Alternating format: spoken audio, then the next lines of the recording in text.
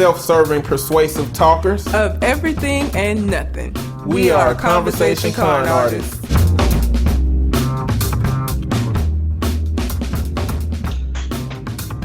What's going on, people? It's your boy, Mr. On Point.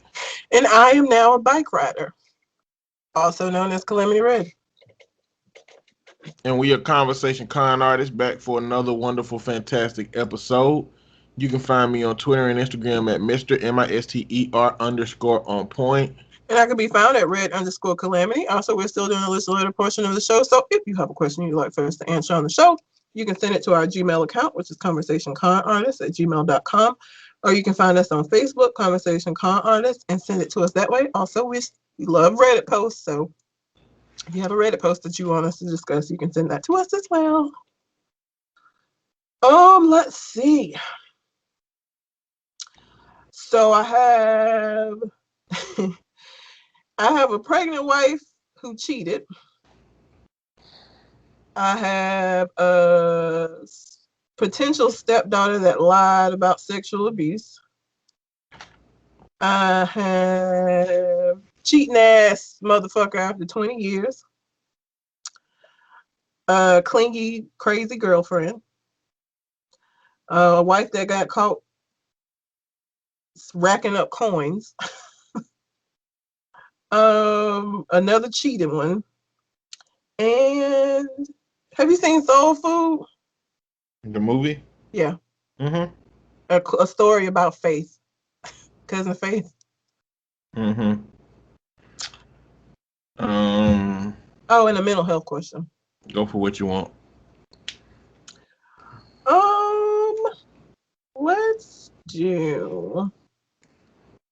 Let's do the one, this falsely accused, because this is a difficult one. Like, this is bad. And you can tell me what you would do. This is a 37-year-old male, and his girlfriend is 34, and the daughter is 13. And the title is, "My girlfriend's daughter falsely accused me of sexually assaulting her. Now I'm proved innocent. My girlfriend wants to reconcile, but I'm not sure what to do." We've been going out for the best part of 2 years. It was going amazingly well because of lockdown, we moved in together. She has just the one daughter, and I always thought we got on well. Last week, I got home from work, and I noticed her and her daughter were not in. I didn't really think it was strange, but then I was contacted by the police asking me to go in and see them, which I did. Basically, her daughter accused me of sexually assaulting her. I didn't, of course, absolutely denied it, and the police asked me permission to search my house, which I did. They examined the daughter, didn't find anything, and she basically was interviewed and admitted she made it up. She admitted her dad, who's a real wrong one, I don't know what that is, was telling her she needed to say that so it could get me out of the picture and he might be able to get back in her life. He's not been in it for a while and hasn't long started to make contact and spend time with her, and we've noticed she's changed a bit lately. Acting out, being disrespectful, that sort of thing. If I ask her to do something, she tells me, "You're not my fucking dad," etc. Naturally, I'm relieved, but I'm angry, upset, and just really confused. My girlfriend made contact saying she wants to move back in, and we look into picking up where we left off. I told her no way because I can't trust her daughter yet and really don't want to be around her, and I'm not sure I want her living under my roof. She said she's only a kid and I shouldn't hold it against her, and she was being manipulated. I know that's true, but I can't look past how horrible it was. She also says as a mom, she did what she had to do. And as horrible as it was, she'd do it again in a heartbeat, so she can't say that she apologizes. I get that, but it doesn't make anything easier, and I can't apologize for how I feel too. So here I am. I don't know what to do. She's staying with her mom until we can talk, but I genuinely don't know what way it'll go. Do I take her back and move on, or shall I cut my losses? Edited to add, it's bad enough what happened. What's making it feel worse is that I feel like she should be a bit more empathetic and apologize at least for what happened and what the kid did, but she's not doing that. And then edit 2, Jesus Christ, I'm not a police apologist or anything, but what is it with people in this thread and the police? They did a great job, investigated properly, and my name is clear, and I have no further involvement with them. I just don't understand why people have a problem with me stating the facts or not even being negative about them. Too long, didn't read. Girlfriend's kid accused me of sexual assault and later admitted that she made it up. Girlfriend wants to get back together, and I'm not sure what to do. Man, this is one of them situations where you have to weigh out the odds. Your camera How skills. how good was the relationship that makes you say, I want this relationship? Still, you know, like what is his idea of how this works? Like either break up with her or get back to get how it was. I guess there's middle ground. I guess you could be like, you're gonna live where you live and I'm gonna live where I live and I don't even wanna risk Yeah. this, situation where your daughter be put under some different kind of pressure again. I think that'll be my worry. Like if it was that easy to pressure her to lie on somebody who seemingly or he thought was having a good relationship with everybody, then who's to say that won't happen again in some kind of other way?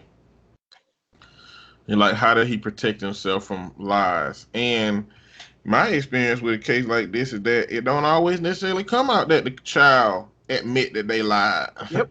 This could have easily went in a direction that she fucking stood her ground on that shit, And and now you a registered sex offender. yeah, and it never came to a exact because there's really no way to determine. Like, I guess, I guess it depends on what the girl said happened. Yeah. If she said he sexually abused me, they could check her hymen to see if her hymen is still intact to see if she been penetrated. But if it was just he molested me and touched me inappropriately, you can't prove that. Mm-mm. So me, if the mama didn't want to live separately and was like, no, I wanted to be back how it was, then we just have to break up. Yeah. I mean, and I will say I applaud the mom for doing what she was supposed to do, which is, getting this investigated and showing her daughter that, I'm your mom. It's I'm gonna believe you until you give me reason not to. Because there's a lot of parent, we've seen where kids are getting molested. They tell their mom because mom want to keep the boyfriend. She don't. Oh, you're lying. Blah blah blah. So like she did what she was supposed to do. It's a tough situation. But if I was a guy, I wouldn't want to be a part of that because it's too risky for me. You know what I'm saying? Like if she say this again and decides that she's not gonna tell the truth and say I didn't do it, like this could fuck me up bad. It's a lot of people on the registered sex offender list that shouldn't be on there. That shit happens, and that shit fuck with your whole situation. So like, if I were a guy and I was in that situation, I'd be like, no, you need to you got shit. You need to work with your family. You got some family shit going on that don't involve me, and I just can't take the risk of your daughter fucking me up permanently. Yeah. Because you can't overestimate or underestimate, rather, you can't underestimate the love that a kid has for a absent parent, right? So if dad is saying like, oh, I want to get back with your mom and I want us to be a family again, and the kid misses her dad, I'm gonna do what I need to do if this will get dad back. And how does he compete with that? How does he combat that? So I don't even know that I still want to date her, even if we lived in separate homes, just because she still could say something happened when I was over there. Like I just wouldn't trust it. Mm-mm. You can only come to my house. Daughter can't come. She need Yeah, to find somebody to watch her while we together. yeah, Yeah, there ain't no guarantee that she's fully protected from something like this happening again. mm-mm. And I wonder if he knew that the daddy was possibly that vindictive beforehand, or if this was some shit that was discovered while that was happening. I mean, I don't. I think most people would not assume that a motherfucker would fake some. Like that's some serious shit. You know what I'm saying? Like telling your daughter to say that she was touched by somebody, like encouraging that kind of. Like even if he was vindictive, like goddamn, Hmm. like that's a bit far. Like I don't know. Well, vengeful or Yeah, whatever reason, like it's like why would he have to be out of the girl's life for the daddy to be in the girl's life, or was the daddy trying to get back with the mama somehow? And he said that he told the daughter that, that was the only way that him and the mom could get back together. So Oh, I think he was like doing it like we can be a family again, but mhm. he got to be out of the picture in order for that to happen. So I need you to help me get him out of the picture, type shit. But it definitely make that situation worse. Even if it was possible for you to get it back. I'll just be done with it. I ain't taking no fucking chances. Yeah. Let's talk about this girlfriend that got upset. He is 22 and his girlfriend is 23, so they're young. Title of this one is My Girlfriend is Angry Because I Missed Our Anniversary to Visit My Dying Grandfather. My grandfather and I were very close. He was like my dad, basically. He had been battling cancer for a while, but about 2 weeks ago, the end was in sight. He went into hospice exactly one day before my 1 year anniversary with my girlfriend. My girlfriend is a bit clingy, to be honest, and very sentimental, very particular about dates and doing things exactly right when it comes to the relationship. I normally love that about her, but I knew she might get angry when I had to tell her that I'm going to be with my grandfather instead of being with her. I told her we'd celebrate it on another day, but I knew it wouldn't be the same for her. She was clearly upset. I just remembered one of her comments to me was, "You had 22 years with him. Isn't that enough?" What a bitch. Oh my God. That's Hmm. terrible. I thought that was really insensitive, but I just ignored it at the time because I was super stressed. As expected, he passed quickly after about 3 days. I was depressed immediately after it happened, and I felt like I needed my girlfriend's support, but she was very distant and basically pouting about the whole situation for several days after. It's been 2 weeks, and she still makes all these little comments about me abandoning her and trying to make me feel bad. Like tonight, for example, I made plans with her for tomorrow, and she said, "Yeah, if we actually do it, that sounds great." I used to feel guilty, but now I realize I made the right decision. Still, I want to try and make her feel better. I was thinking about surprising her with a big elaborate dinner and maybe some flowers and chocolate, etc. She loves all that stuff. I think I'm going to apologize even though I didn't do anything wrong. I want to make her feel better. However, I also want to get across that she needs to stop guilt tripping me about this incident and to be more empathetic when something like this happens. I'm kind of at a loss on exactly what I should do or say about all this. But if I do nothing, she'll just be pissed off at me forever, I think. Thanks for the advice. Sir, you cannot say on the one hand, you're going to apologize even though you know that you ain't wrong and you didn't do shit. And then on the other hand say, but I want her to know that she can't do this and that she need to be more empathetic. And like, no, you are encouraging the bad behavior that you're trying to stop. I'm fucking apologizing because I went and saw my dying grandfather who meant the world to me. And the fact that she said some shit like you had 22 years with him, bitch, if you don't get your ass, you lost your mind. What level of entitled do you have to be for this shit right here? Like she ain't never lost nobody, or she don't, or maybe she don't been excommunicated from her family or some shit, and she don't give a fuck about her family or nobody else's family now. But that's fucked up to look at it like that and then keep hitting these sneak disses and jabs. At a certain point, I have to tell her, look, fuck you, okay? I don't give a fuck about this relationship no more. You need to get the fuck on somewhere. Stop calling me, stop talking to me, leave me alone. Because to make her feel better, like, this Uh-uh. probably why. He probably done conditioned her to be this level Okay, of that's what I'm goddamn saying about on the one over the hand year. saying that you don't want this, but then you're encouraging it with this apologizing shit. Like, the fuck are you apologizing for? Yeah. Fuck her. I wish somebody would say you done had what? He's dying, bitch. You gonna still be here. You don't sit your ass down somewhere. Haven't you had enough time with him? Bitch, you listen. And then to keep being passive aggressive about it, saying little shit, bitch, you don't I ain't the one. You ain't gonna out passive aggress me. Mm. You don't want to play this game. You don't go down this road. You ain't gonna like it. Okay.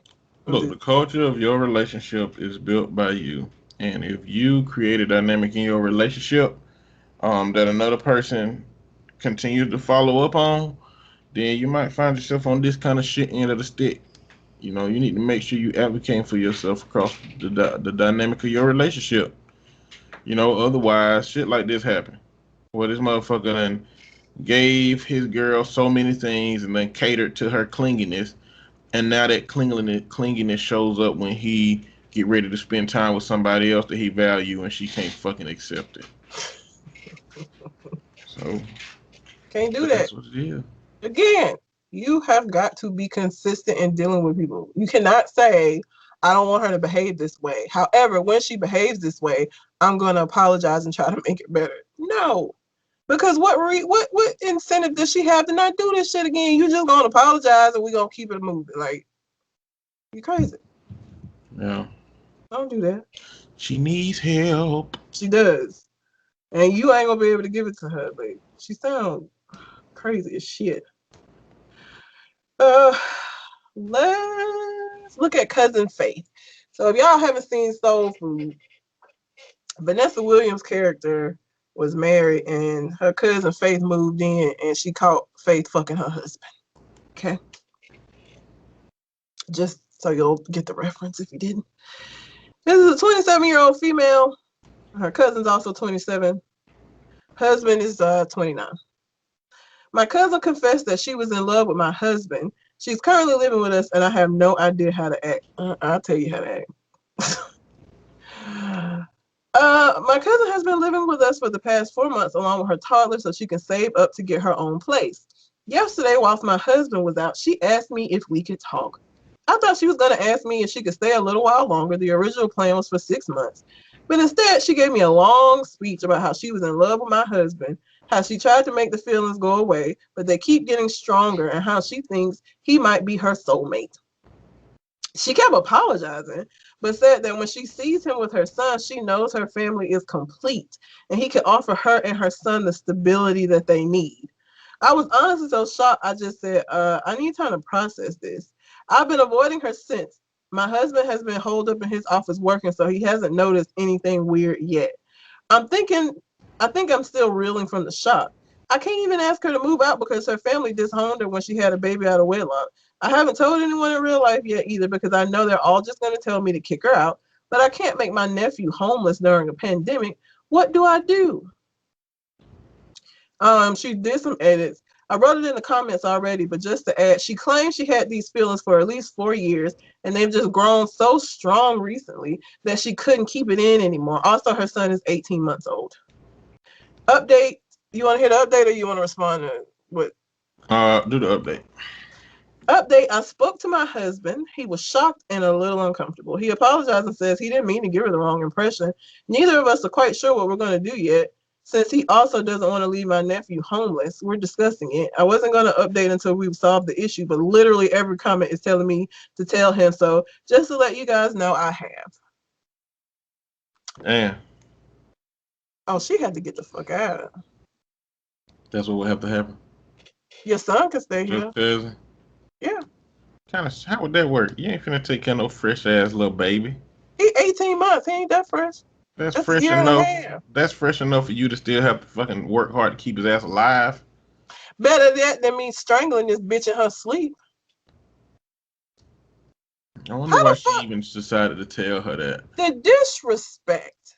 Okay, so your family, and yeah, okay, maybe it was because you had a baby out of wedlock, but I feel like considering this behavior, it was some other shit that made the rest of the family disown her motherfucking ass. Okay, I take you and your son in. All right, I help you out, and this what you do. No, you got to fucking go. You got to go. So, but the thing is, she didn't do nothing. I don't care. I don't care. You sitting up here, you look me in my goddamn face and say, my husband is your soulmate and my husband will complete your family. And when you see my husband with your fucking child, you get all of these mushy feelings. Bitch, you don't get your ass on, so you done lost your mind. Are you crazy? You are crazy to even bring this shit to my attention, bitch. You are psycho. You got to go. What the fuck? So would it be better to not tell you and keep this shit like a covert plan and underhanded, or like clearly just having the feelings in general is fucked up, but like between keeping it in and telling you, which one is the better path? Keeping it in and keeping your goddamn hands to yourself so that and not trying nothing, that's the better path. Because you telling me this shit now is awkward and weird, and I'm not gonna want you around him, and I'm not gonna want him interacting with your fucking kid because you sitting over there with the moon eyes and shit because you're crazy. Like, no. Mm-mm. And the fact that you feel this so strongly, bitch, that you felt like I needed to know it, girl, you done lost your mind. What would you hoping to accomplish, huh? Did you hope that by telling me this, I was gonna be like, girl, you know what, you right. I can see him with you much better than I can see him with me. You can have him, girl. Y'all meant to be. You right. What was she hoping to accomplish out of this? What was the goal in even disclosing this shit to me? What was supposed to happen? Other than me wanting to kick your ass. Other the fuck is you talking? And you know you ain't got nowhere else to go and you still did this shit, bitch. You know you ain't got nowhere to go. So now I'm supposed to care about the fact that you ain't got nowhere to go. You knew that shit when you said this fucked up ass shit. So now I'm supposed to feel bad? Bitch, you make bad life decisions. Do better. In somebody else's house, you gotta go. Yeah, that Shit. disclosure was a problem. What's the point? What was the point in her doing that? Like, I don't. What was her? If she had a specific route in mind that this was gonna take, like, what was it? What did she hope would happen from telling your cousin this? Like, what was the point? I don't know. Like, what would have been her best case scenario outcome? Yeah. I mean, what could have happened other than everybody in the house now feeling weird and awkward and you done fucked up the whole vibe? Like, you gotta go. And again, I feel like this is a situation where people would be like, well, you can't kick her out. She don't have nowhere else to go. That bitch knew she ain't had nowhere else to go when she said this shit. I'm supposed to fix it now. Should have kept your mouth shut. Your cousin is clearly got a couple of screws loose, so she ain't processing shit right. Look, and listen, y'all know, if y'all new to the channel, this your first episode, I watch a lot of ID channel, okay? I have seen family members who decide that they want something that another family member got and they fucking kill bitches. I don't trust you now. Because either you're gonna try to fuck my husband or you're gonna try to take me out in some kind of way so you can get my, like, now I'm suspicious of you, bitch. Before I was just like, oh, we all one big fat happy family, we helping you out, bitch. But now that you done said this shit, whole dynamic has changed. Whole dynamic has changed. You gotta go. Make better decisions with your life. Learn something from, I don't fucking know, but like, you ain't finna be in my house. I'm sorry. It's not gonna happen. Understood. You gotta go. Understood. The fuck? Hell no. And then, like, on Soul Food, we ain't been, trying to make all these goddamn you fucked my cousin. I don't want to hear nothing you got to say about where our relationship was, because it doesn't matter what the fuck our relationship was. That does not give you free reign to fuck my family. Lost your goddamn mind. And the fact that you even gonna try to put this on me when you stuck your dick in somebody else, and now you want to talk about what I didn't do, bitch, bye. Well, damn. Okay, you covered that one. I covered that one. Let's do a therapist one, because I feel like I sound very untherapist like when I get on these rants, and I'd like to remind people that I actually am an educated person capable of, rational thought. The title of this one is, Do I Cut My Mom Off Because She Refuses to See a Doctor About Her Mental Health Problems? She has schizophrenia, and now it's taking its toll on me. So my mom has all of the textbook signs of schizophrenia. She mainly hears voices, but she also is super religious. So to her, this is God communicating with her. It's gotten to the point where even when she's asleep and dreaming, she thinks the dreams are a message from God. Recently, she dreamt about some people talking about a kidnapping, and then her manager's name at work was brought up. So she decided this must be a sign from God that maybe her manager is planning to kidnap someone. I'm scared she's going to do something stupid, like outright accuse her manager of something ridiculous like this. There are multiple other cases relating to her that all point to schizophrenia, but I'm honestly exhausted and can't be bothered typing out each individual scenario. I feel so burnt out and hopeless now. I don't know what to do. Back in September 2019, it got really bad, and I cried and begged her to see a psychiatrist. She told me she would, but she lied and instead went to visit a religious priest who just told her she's possessed and needs to get closer to God. My mom is Muslim, and she never used to cover her hair at all, barely prayed during the day, and she would fast during Ramadan. We would laugh, watch movies together, go out to eat, etc.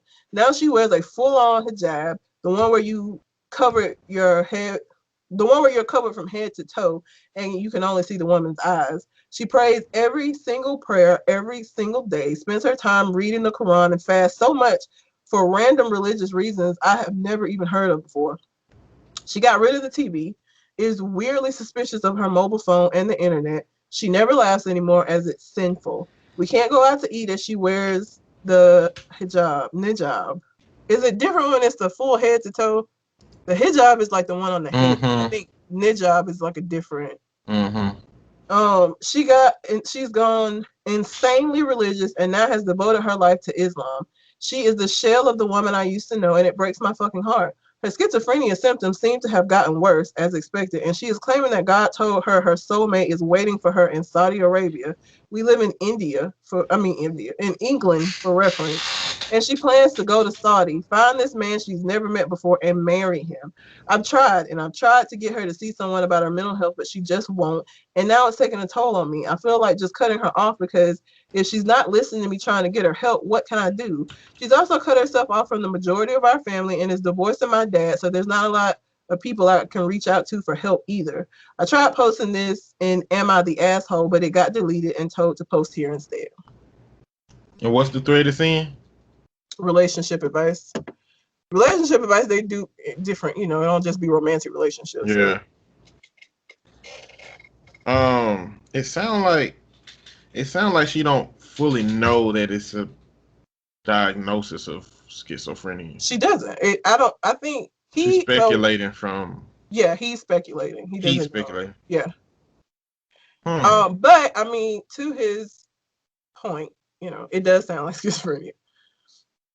Um, the problem is with the delusions, any delusion, but I feel like religious delusions, especially, it is so hard to break through that shit. It is so hard to tell somebody who believes that they are hearing the voice of God and that, this is this amazing thing that's happening to them that, oh no, you're not hearing the voice of God, you're just sick. Yeah.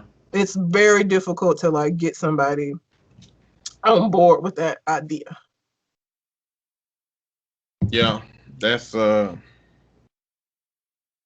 mama been talking about my whole life hearing God speaking to her.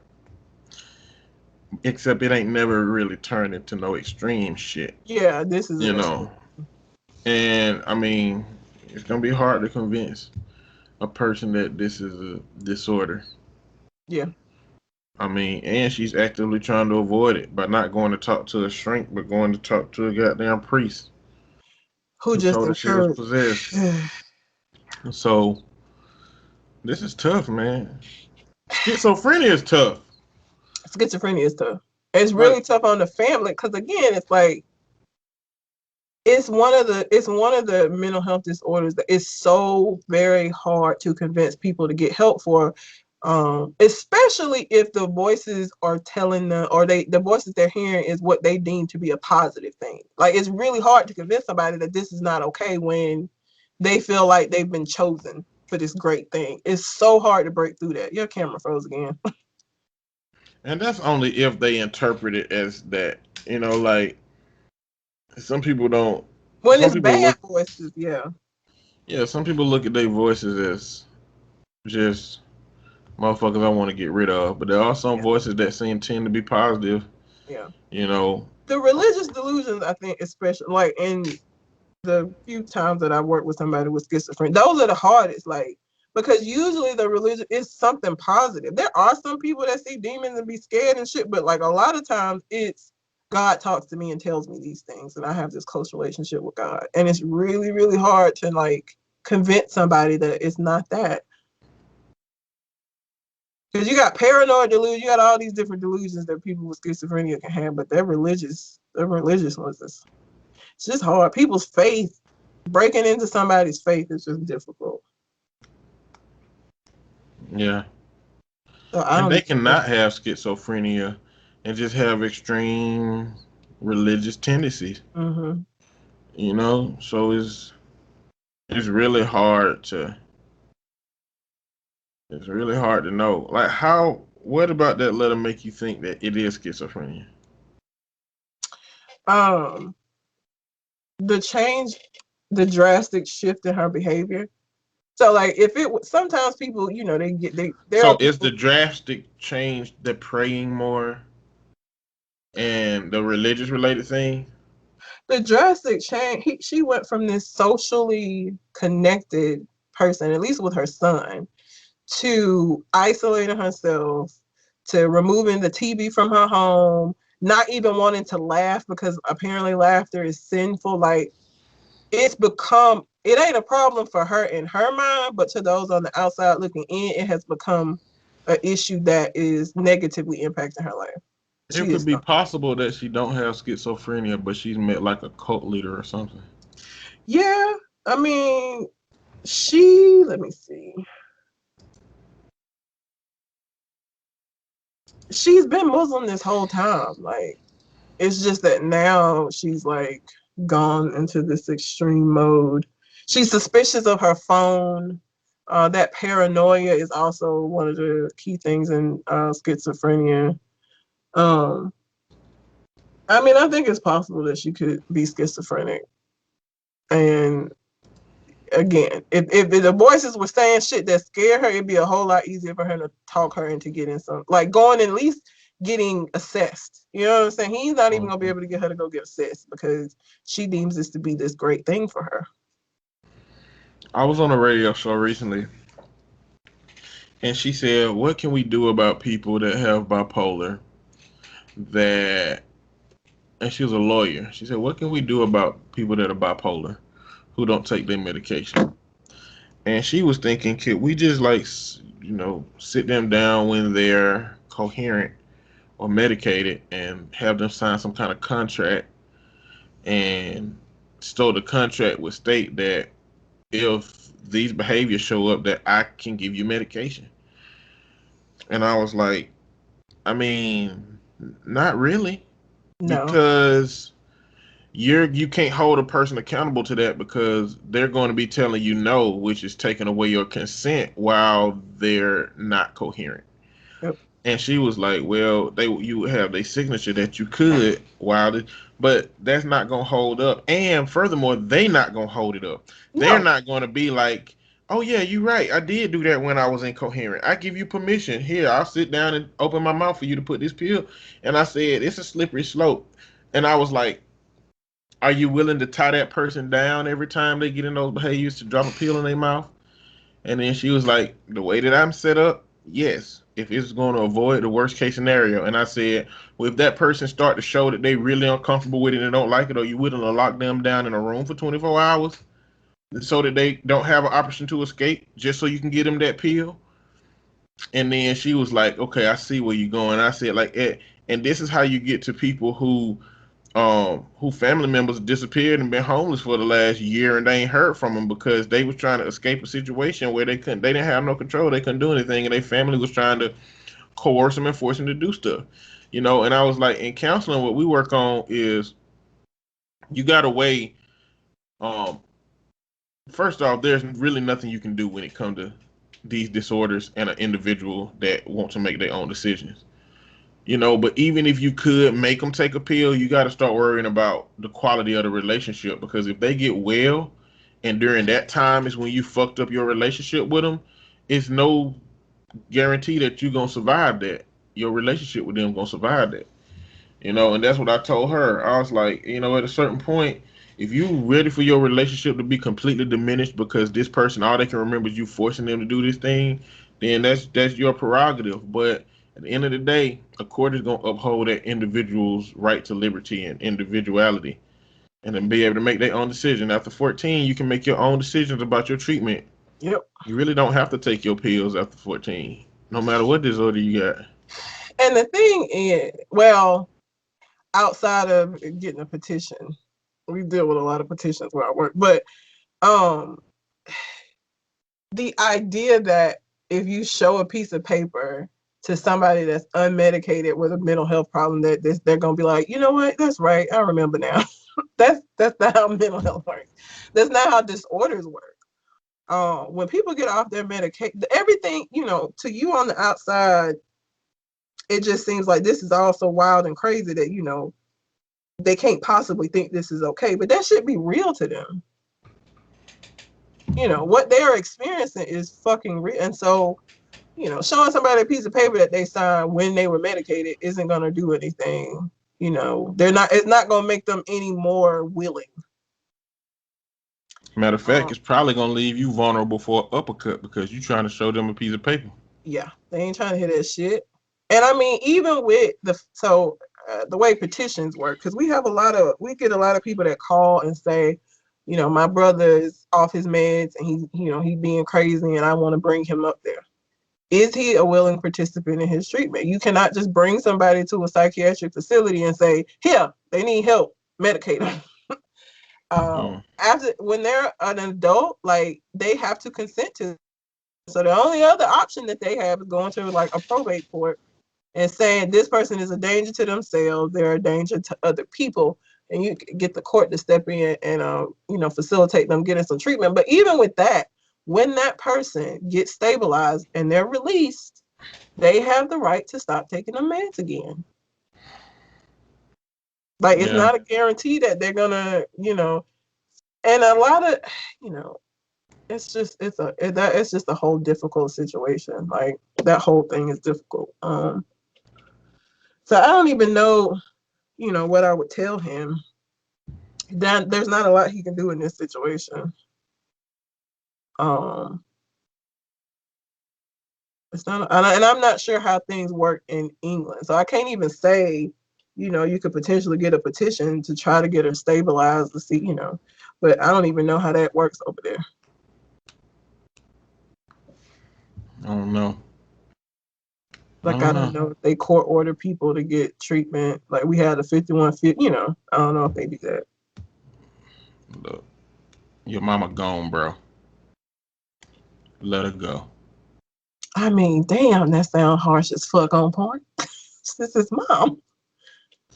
I mean, I don't like giving false hope, man. You can't do something. She grown as fuck. She can make her own decisions. Like when it comes to schizophrenia, I mean, a whole bunch of bullshit have to happen before they get medicated. Yeah. And ain't nobody over there in their country, I imagine, gonna say when he go and say, "Hey, my mom is got schizophrenia. She's making bad decisions. She's praying more, and she's not using profanity, and she's wearing her hijab." And they're gonna be like, "What the fuck are you talking about? That sounds like that's what we want in our society. What the fuck?"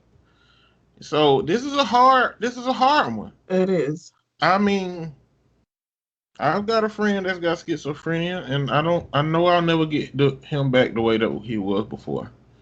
And the version of him now is not somebody I would ever hang out around. Yeah. Somebody I would never listen to. It's hard, man. So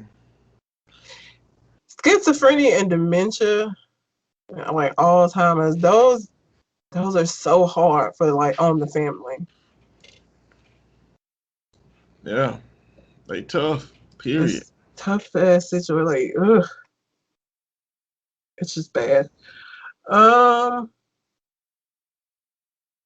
let's. I feel like we kind of talked about something like this, but last week, but let's talk about it. Title of this one is My Pregnant Wife Cheated on Me Before Our Marriage. I found out in our doctor's appointment.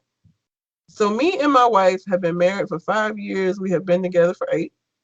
The day before yesterday, we went to our doctor's appointment. My wife is 7 months pregnant. Anyway, the doctor did some tests on my wife, and some of them were blood tests. As I was going through the results subconsciously, I noticed that my wife's blood type is B+. That's funny, because 6 years ago, when we got married, I remember that I was on a 2-week-long work trip. My wife told me that she was with her girlfriends and she would be back by 10 p.m. We text, and then the text kept getting less and less. And I called her at 10 p.m. and she told me that she was going home. I told her to call me when she got home. She didn't, so I decided to call. She never picked up. I texted her. She never replied. I decided to check her location, but it was off.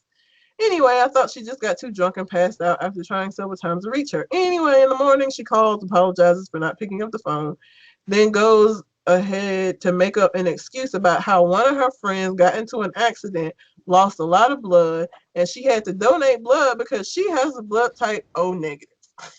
Hmm. which is compatible with her friend. Anyway, I confronted her after we got back home, and she confessed to cheating on me with a guy she met at the bar the night she was with her girlfriends. But her friend was really in But her friend really was in a car accident. They had sex twice and then she immediately regretted it and they never did it again. She told me that she wanted to tell me but knew I would break up with her and didn't want to hurt me. So she couldn't bring herself to tell me and she kept quiet about it. So then I left and have been staying with my cousin. My phone has been spamming with calls and texts from her and my family and some of my family members. She tells them about the cheating. They want me to forgive her and be there for her because she has been an emotional wreck and it's not good for the baby. Damn. You got some toxic people around you, man. What the hell? Everybody like forgive her. Like, how long was she gonna keep this shit to herself? You know what I'm saying? Like, I discovered this shit. You lose a whole bunch of points when I had to find this shit out myself. Yeah. Didn't even know her damn blood type. Or knew her blood type and knew that the only blood type that worked for other people So indiscriminately is O negative. So she just said that one. And this accidental detective ass he nigga, remembered. yeah, he was like, I mean, you gotta remember that shit. If somebody say they O negative, that's not something you forget. Them the special niggas out here. Them the niggas the doctor's gonna let die so that they can get your fucking blood. You special. So you gonna remember that shit. But the fact that he found out like that and she just confessed it all, like she was ready to tell him clearly. I guess it's another situation where you gotta measure out the worth of the relationship because she pregnant. She pregnant now. Like your baby in there. I Like mean, and would you question if it is in fact yo? Because like you did this shit before, bitch. How I know that's my baby? I mean, I'm definitely getting a DNA test when that motherfucker come out. Don't get me wrong. I'm gonna get a DNA test. Because can you really trust that she's been on the up and up the whole relationship now? Yeah. You know? It's like if you'll hide something, you'll hide anything. Especially if your reasoning for not telling the person is because you didn't want to hurt them. A lot of shit can hurt somebody. Well, she So, said she knew he would break up with her and she didn't want to hurt him, but I'm sure it was more of the former and less of the latter. hmm Like it was more out, he gonna break up with me now. Let me just sit on this shit. yeah. Oh man, that shit is I wouldn't leave. I don't think I would leave. Uh, What would you do? I would fucking tell her your ass on notice. You on fucking notice. You know what I'm saying? We not finna just brush past this shit like it ain't shit because you pregnant and my family like you. You know what I'm saying? What the fuck led you to doing that shit? Was you too intoxicated? Because now I give a fuck about how drunk you be getting. You know? Was it because there was something in the relationship that wasn't getting tended to you and you felt you need to go try to find it from somewhere else? Because I need to know what the fuck your problem was. You know? Is it that your girls was encouraging you to, live a little and do your thing because you seem like you connected with that guy? Then I'm concerned about when you go out with your friends now. So I need to know what's going on, but you won't notice. Like if you think I won't get the fuck out of here, I don't give a fuck about this baby showing up. And one thing that I'm not finna do is be in a relationship where I'm not happy. And I'm not gonna let somebody else be in a relationship if they not happy. That put pressure on me. Like I ain't finna sit here and be like, let me do all this tap dancing to make you happy.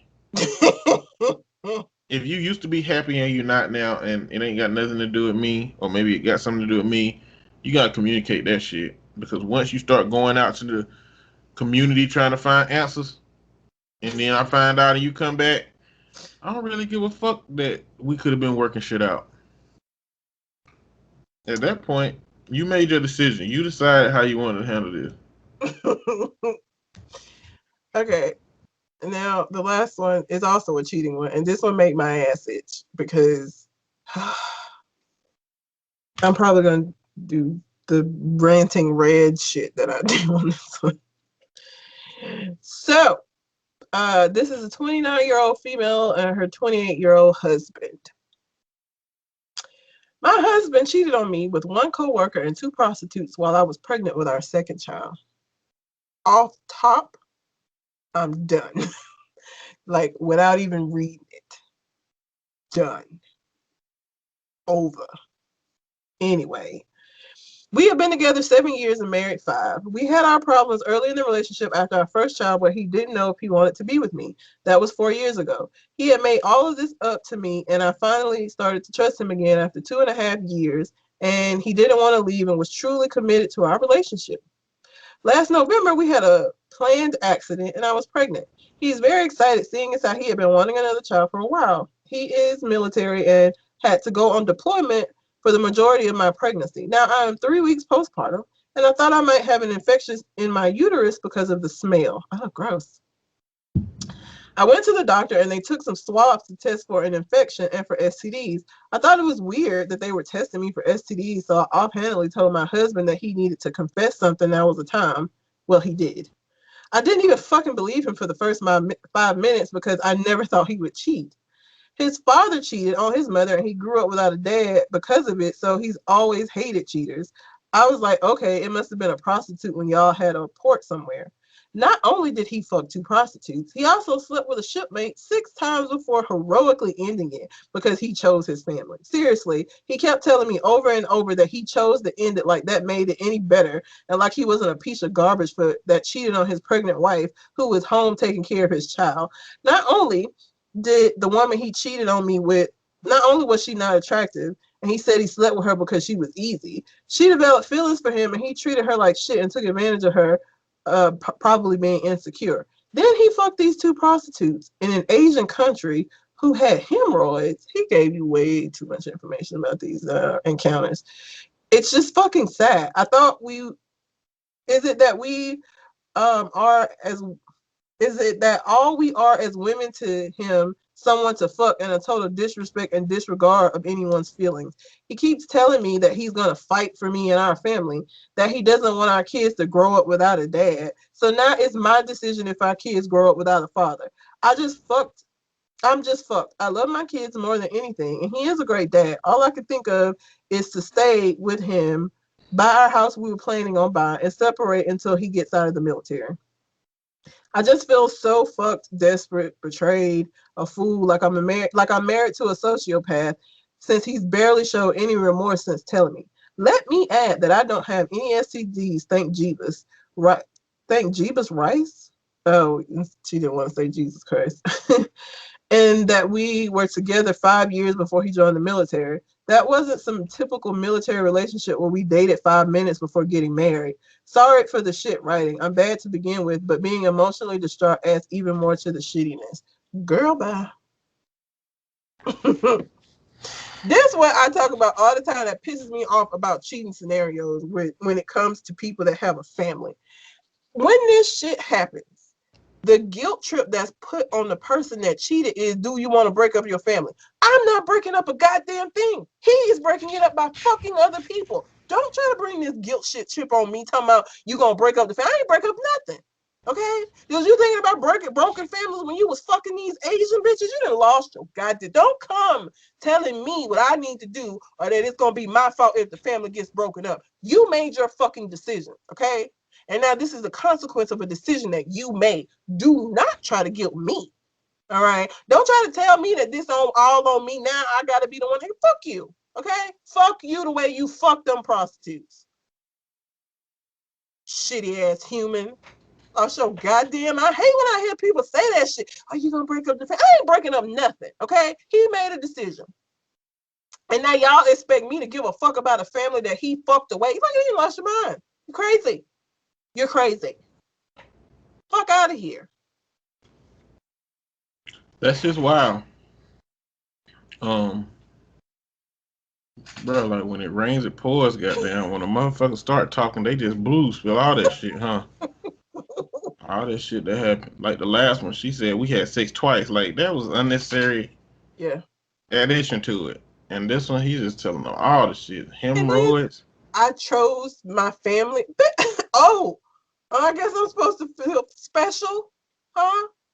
Am I supposed to feel like the belle of the ball because after fucking Asian prostitutes, and fucking somebody that you was on the ship with that you said it wasn't even attractive, you just wanted to fuck. I'm supposed to feel like, oh my God, but he chose me after all of that. Fuck you. You ain't no motherfucking prize. Are you serious? I'm supposed to be like, you chose me after, like, bitch, bye. You chose your family. Go get your ass on somewhere.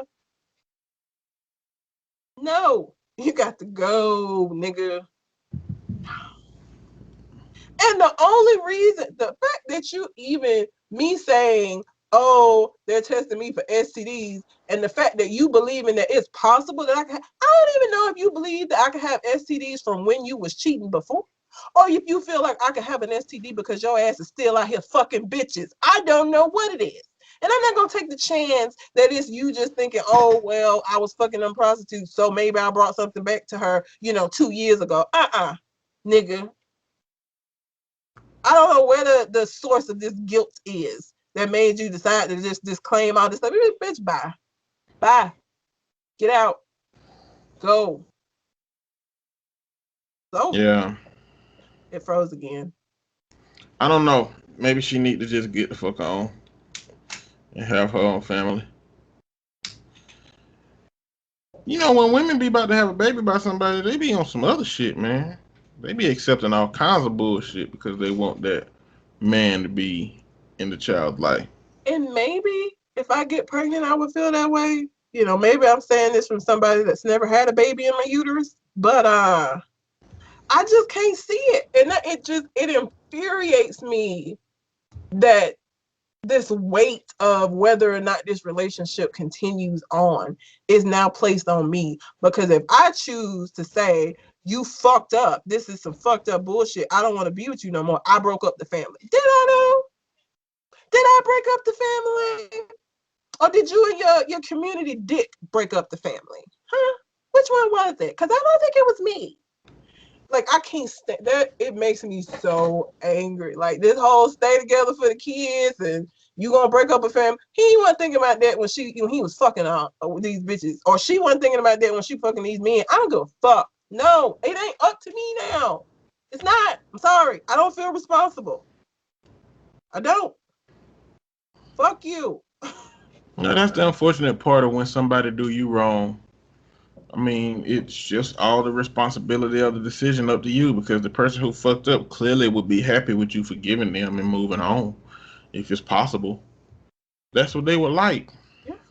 So if you the one that fuck up, you don't have anything to lose. And if you the one that didn't fuck up, you got a lot to lose. And that's the unfortunate part about the shit. It's fucked up. Mm-mm.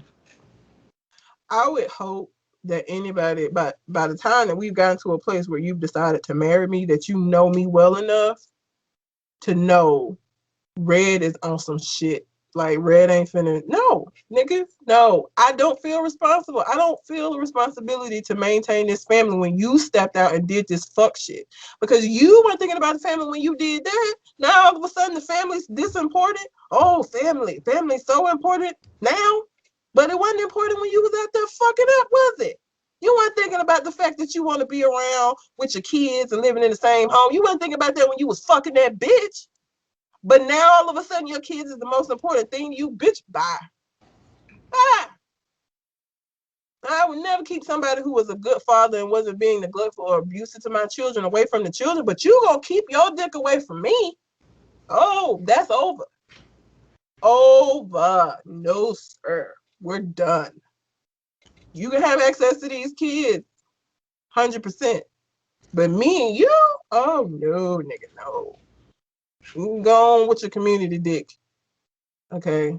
Go on, spread it out wide and far. I don't want it no more. No thanks. That's I'm crazy. a selfish bitch. I don't share. I don't. Sorry. Mm-mm. No. And the way my emotions are set up, Like, if you think that there are things that you could do like that, and that I'm just be so in love, I can't. I'm so my feelings are always so precariously connected to somebody, and again, that this is probably not a good thing, but it's always it ain't tethered strong. Okay, you're already on a thin fucking wire as it is. So you get out here and you fuck up, that shit gonna break. So don't count on me being emotionally attached to you. Don't do that. You're gonna Yeah. fuck yourself up thinking that I won't cut your ass loose. You is crazy.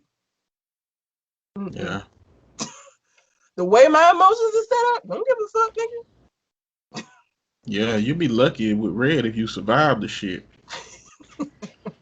Like her being a single mama got a whole bunch of implications. She could be single because you didn't got the fuck on, or because you got the fuck on against your will. It's Red for you. Like I can't. I just, I am willing to put the work into a relationship. I am willing to work through, but like shit that makes sense. You know what I'm saying? Like I said, my husband lose his job, and I got to pull the financial weight for a while. Fine. You know what I'm saying? That kind of shit, I'm with you. But you out here fucking other people? No. Mm-mm. I ain't something I'm willing to work through with. I'm telling you now, before we even get married, if you fuck somebody else, that's it. Don't test me. Okay? I'm not, this ain't me, just ha ha ha. Like I'm fucking say, if you put your dick where it does not belong at any point, I don't give a fuck if we've been married for 20 motherfucking years. At the point that you decide that it's okay for you to go sticking your dick in places it don't belong, it no longer matters to me. Because the years that we put into this didn't matter to you. So how the fuck would they matter to me? Don't try that guilt trip shit. With that, it just infuriates me and makes me want to like be done even more. Like, how dare you try to guilt trip me when you fucked up? Bitch, Mm, you got some nerve. damn. So yeah, I can't stand that shit. That shit, makes my ass itch. Anyway, did you have any Reddit posts? Uh, yeah, I got some. Oh Jesus, you always pick. Like, They ain't bad. you said that like you know what? I'm so glad people called you out, or at least Shogun called you out for that one last week with that nasty ass fish. Listen, I told you then I hadn't read it. It ain't like I read the shit and was like, I'm finna discuss these motherfuckers. That's not what happened, okay? So if y'all still want to blame me for the fucking output rather than the fact that I ain't know what the fuck was going on, then y'all got the problem as far as I'm concerned. Not me. Oh shit. So take it or leave it. Oh, that's Um, terrible. I'm just gonna choose the one I want to read. Okay. Am I the asshole for refusing to sell the place I bought with stripper money? What? For several years, I was a stripper. I have no shame about what I did and only quit when I got a better job offer. In the time I worked as a stripper, I intentionally lived as cheaply as possible, shitty little studio flat, living off ramen, wearing old clothes, because my coworkers all told me that they were able to buy their own places on their income so long as they saved like crazy. Before I retired, I managed to outright buy myself a 3 bedroom flat. I rented out the other rooms for a while, but I got sick of having roommates, so now I have them online for shorter days, but not to rent. I met this guy about 18 months ago, and we've been together since. He knows about my employment history, and he says that he has no issue with it, though he did ask me to tell his family the white lie I occasionally use on my CV and stuff, which is that I was a waitress, which I kind of was, to be honest, to be fair. A month ago, we found out that I'm 2 months pregnant. He says this is great news and we should move in together. I assumed he'd be moving into my place because he rents his far smaller 1 bedroom flat while I own mine, and I have room for a baby's room while he doesn't. Also, I really don't want to leave my flat. It's my flat. I love it. I could see myself living here for the rest of my life, and I don't want to lose the security of owning a flat and have to go back to paying rent or mortgage each month. However, he then said that he didn't want to move into my place, and I said I should. He said and said I should sell it, and we buy a place together. I said that I like my place. It means a lot to me that I was able to buy it, and it represents years of working my ass off, scrimping and saving. He then said he understands all of that, but we should be living together by the time the baby comes, and he didn't want to live in my flat. I asked him why not. It's a great flat. It's central to everything. It's spacious. It's got room for all his stuff. There's a daycare in the building, running, owned by another tenant, and a school a 5-minute walk away. The list goes on, and he said he didn't want to live in a flat that was bought with stripper money. Oh, bitch. That really pissed me off, and I told him no fucking way am I selling my flat. That he never had an issue with my stripper money paying for this flat before now. I said I wasn't giving up the security of owning a home for somebody who tries to make me feel ashamed about something I don't feel ashamed of. He said that his point is if I sold the flat, then we could get a new place with the money from the sale. I said, wouldn't that still be stripper money? And he said that's different. And I asked how. He said he was going back to his place because I can't even talk to you when you're in this state. He's going back to his flat now, and he's texting me saying I'm overreacting, irrational. I need to think of this realistically rather than emotionally. He says he wouldn't feel right raising a child in my flat, knowing that I purchased it, selling, moving is the best idea for all of us. Not to mention the fact that he's on the deed because it's my place. He isn't on the deed because it's my place, and it would never feel like our place because of this. I feel like I might be the ass because I get why he might feel like it's just my place, and I feel like I'm being too rigid in the time we need to work together. Plus, I spoke to my sister, and she sided with him. So 2 out of 3 people think I'm in the wrong here. Am I the asshole? Update on the off chance anyone sees this. I dumped him. There was a whole conversation. During the conversation, he said he didn't want to be a parent if I was willing to do everything he wanted, including sharing a house deed plus staying together. Also, at the start of the conversation, I said what a few people suggested, which was that I'd be willing to sell and split the house with him provided he paid 50%. He got very, very angry very, very quickly. He also said a few other things, so I don't know how all this is going to pan out yet, but it looks like I'm going to be a single mother. First of all, your sister ain't shit for siding with him, because let me tell you something. Okay. The fact that this means to me that he has always had an issue with what your previous employment was. And guess what? If you had an issue with the fact that she was a stripper, don't date a goddamn former stripper. What you're not going to do, though, is try to make her feel bad. If I owned a space that I don't gotta pay no fucking rent or no mortgage in, I'm not gonna sell that shit because you uncomfortable because of where the money came from. Cause when you was coming over here fucking me, making this baby, you was fine with the place, wasn't you? Now all of a sudden, it's dirty.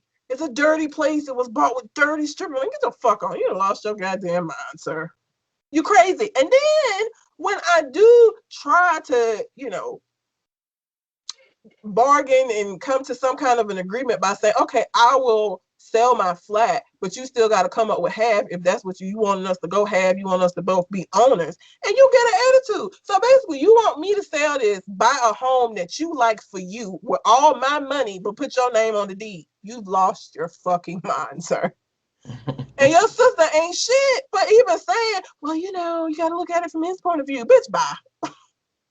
No, that's crazy. That is crazy. This is the full update. Quick recap on my first post. I spent several years working as a stripper, at the end of which I was able to buy my own flat. I've been with my boyfriend for about 18 months, and I'm currently around 3 months pregnant. With the news of the new baby coming, my boyfriend said he wanted me to sell my place so that we can use the money to get a new place together. And when I refused, he called me irrational. I thought I was the asshole because of that. Plus, my sister sided with him. Now for the update. Because a lot of people asked for one.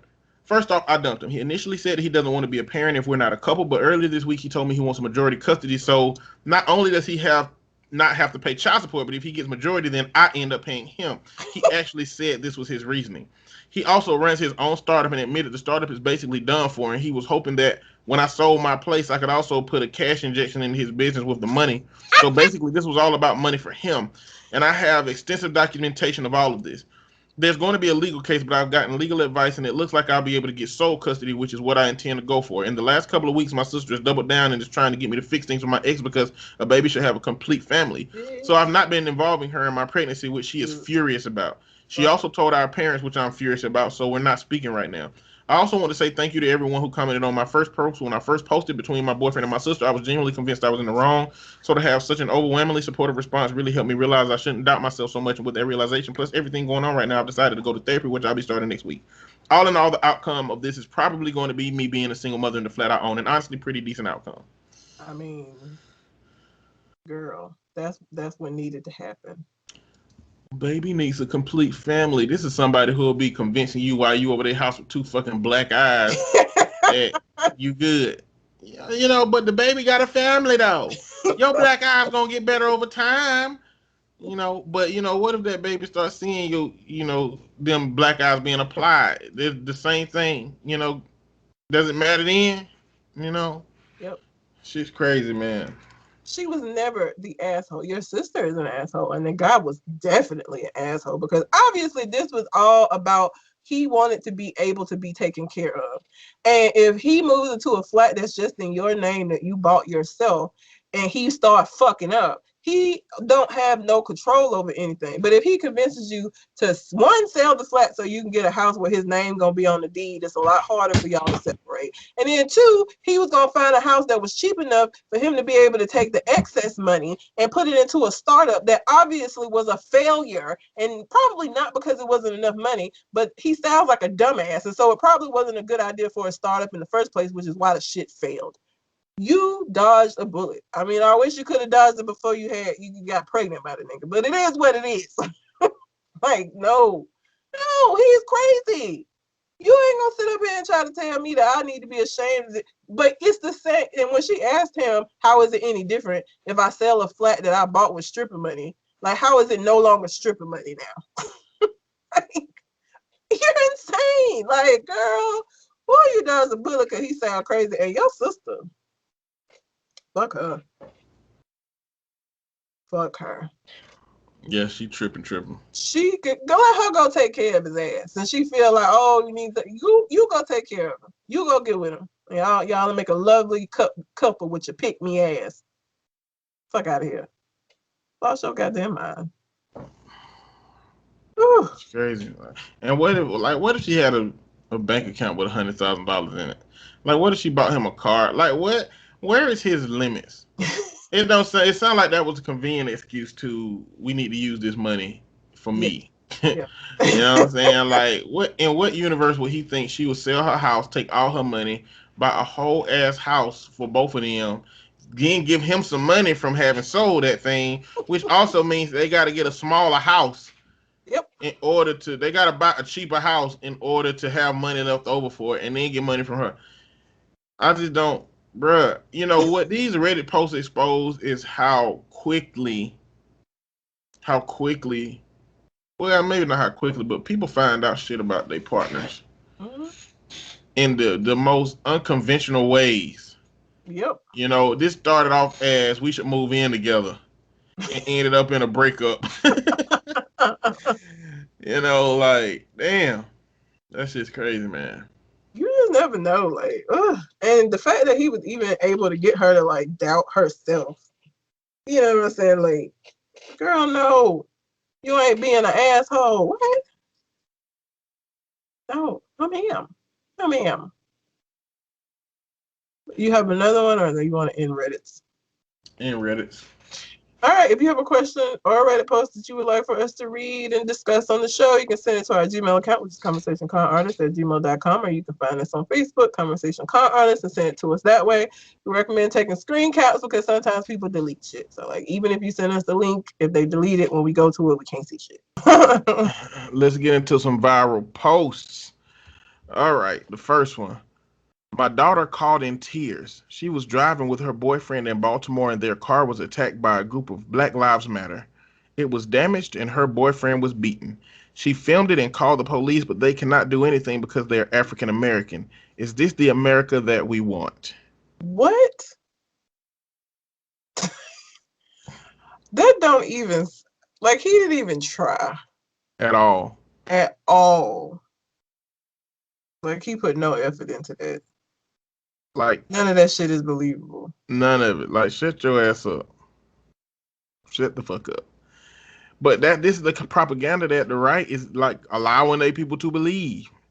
2 white people get attacked by some black folks. And because the cops is like, get the fuck out of here, bro. Like, I can't. Yeah, That's not how the system works. At all. All right. Next post. I don't want my nigga watching me in the shower. I don't do that sexy drip shit. LMAO. I be in there scrubbing like I'm washing dinner pots.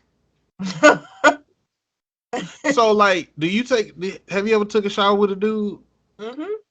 Is it like where like you bathe first and then y'all have like a sexy shower, or are y'all actually bathing while y'all in there together? We're actually bathing because it's usually after the fact. So like we've already had sexy time. Oh, okay. So it wasn't like a prelude or a No, this is where we about to have sexy time. no. Okay. And so it's like I'm tired, he tired. We just trying to get clean. I got you. I feel like I want mine to be just intentional, like not here to bathe. How about Like just bathing with another person just seem weird. I mean, again, because probably both of us are like no, it's just it's like taking a shower by myself, except if it's a person in there. Like I don't try to be sexy or none of that shit. Like I'm just taking a shower so that we can go get in the bed because I'm sleepy. Mm. Like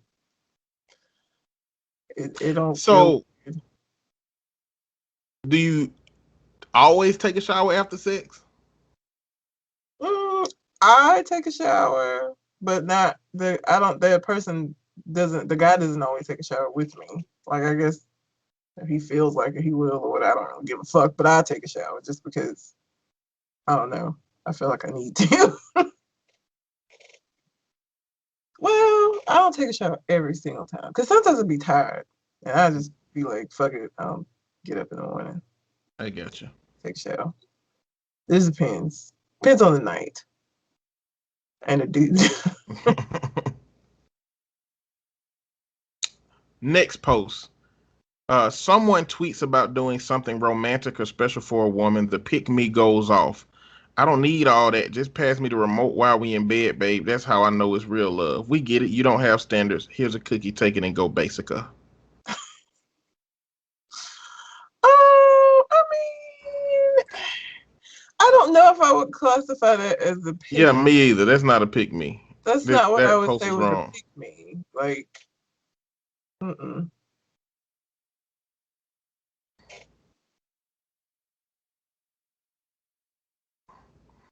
This is the Maury show.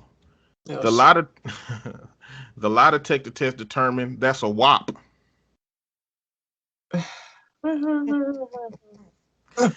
You just hate that shit. I fucking do. I really do. What did it do to you? It didn't do anything to me. It's just, I don't get it. Like, too much. Oh, visible sexuality is terrible.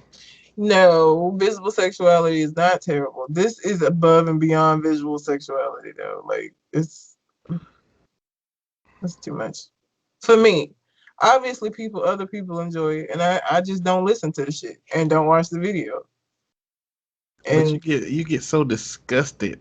I'm not disgusted. That's what it looked like. I'm just like, and I mean, I think it may be me getting older. I think I've talked about this before. Like when I was in college, I listened to some nasty ass songs, like going to the club and like, but like now listening to it is just like, girl, okay, all right, enough. Like, do I guess you just ride, and even those songs, I don't think I listened to them outside of the club. Like, I don't think I was listening to the Whisper song just riding down the street or like, you know what I'm saying? Like, it wasn't a song. It was a song for the club. That's what it was. Like, I didn't listen to that shit outside of that, or college parties. I didn't go to clubs a lot, but college parties. But like, I feel like people listen to WAP like driving down the street, going to work and shit. It's just not. I don't get it. I don't get it. Mm, Other people, again, Godspeed if that's the kind of music and what you want. But I don't. It's too much. I mean, okay. I would feel the same way if a male rapper made long ass dick, or I don't know what the equivalent would be for lad. If they made lad, I'd still be like, nigga, really? I ain't okay. Whatever. Well, I mean, long ain't every woman's flavor. Some woman's flavor is girthy, thick. Well, but I don't. Okay, so I don't think that you can. There's not gonna be a catch-all like for men. That's a catch-all. We don't have a catch-all. There's too many different variables. So like you would never have one title that's gonna fit all women. Not possible. What? We have a lot of different variations. Y'all is just, No, we the one that have a lot of variations. no. That's why WAP works, because wet. That's all it needs to be. That's what I'm saying. That's not a lot of variation. That's what I'm like. That's what I'm saying. Oh, okay. Y'all don't need a lot of variation. So Oh, like you from can make women. a song that's like WAP. But for a male trying to make a song for women is a tons of variations depending on the woman that you with. So like it ain't a catch-all. There's not a catch-all. Men be like, you gonna get whatever come out of these jeans. Well, yeah. I mean, ain't a whole lot you can do. I was gonna say, well, women is the same way, but you can use lube if need be. I don't know what you do if the penis is not right. It's just it's just not right. It's made how it's made Not a lot you can do. at all. All right, we finna go to Marvel real quick. Marvel wanted Black Panther's accent to be British or American, What? but Chadwick Boseman battled with them for it to be African. Good. This is the comment. That character was born, raised, and resided in Africa, and they wanted him to speak in chips and dips. Do you know how fucking weird that shit would have been for it to be set in Wakanda, which is supposed to be this untouched utopia in Africa, and then this nigga come out speaking like a Cockney? Like, what the fuck? Like, why was that even a thing? Why was that even something he had to fight for? Like, people are stupid. Very, very stupid. I think it's one of them things where it's like, man, we giving the black folks all it is. We got to have something. You know, they don't realize that black sales. Y'all see the numbers on that damn Black Panther motherfuckers. Nigga, we showed up and showed the fuck out when that movie came out. They made so much money off of that movie. So much money. And People I were going to hope, see it in multiple times. They was and, buying outfits to fucking go see the movie. Like it was a whole situation. and I hope Ryan Coogler getting a percentage of these sales, Yeah. at least. Next post. Why would I pay to go to therapy when I can unload my trauma onto a strong black woman for free? Kiss my whole ass. That's not a good thing, man. You need a fucking therapist. You need a fucking therapist. I'm Cause not your therapist the same way I'm not your mama. when your Like when your that's not the role that I play in your life. when your woman start feeling like your therapist, she ain't gonna be your woman no more. That's just how that's gonna be. You know what I'm saying? She gonna start telling you how to live your damn life because your ass is out here fucking up and need some help. Ugh, that sounds so tiresome. No. You know how it be. Mm-mm. Let's see what's next. They done slowed me down because Facebook apparently won't let this shit happen right. All right, this one is real fucked up. Mm. So I want y'all to listen. Okay. Many forgot, never forget 9/11/2001. One person said, what happened on 9/11? Another person said, the gender reveal party for the Statue of Liberty, it was a girl. What? The gender reveal party for the Statue of Liberty, it was a girl. That's just somebody making a weird joke. Then Okay. this person Okay. said, have some empathy. I lost my relative that day. Be ashamed of yourself for making a joke about this tragedy. This dude said, sorry for your loss. And the same guy replied, thank you for your kind words. He was the best pilot in the Middle East. People are fucking. Why? Why would you do that? Because they can. And this probably some little white teenager sitting around playing the game and just getting on the internet trolling like hell. Because that's what white people do. They troll and they take. Not all white people, just the white people that do it. So if you do it, then if you don't do it, I ain't talking to you. If you do it, stop it. Bad white person.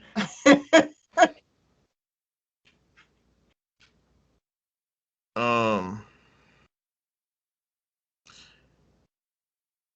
After spending almost 20 years mourning the 2,700 lives lost on 9/11, we're being told that 180,000 deaths from COVID is honestly not that big a deal.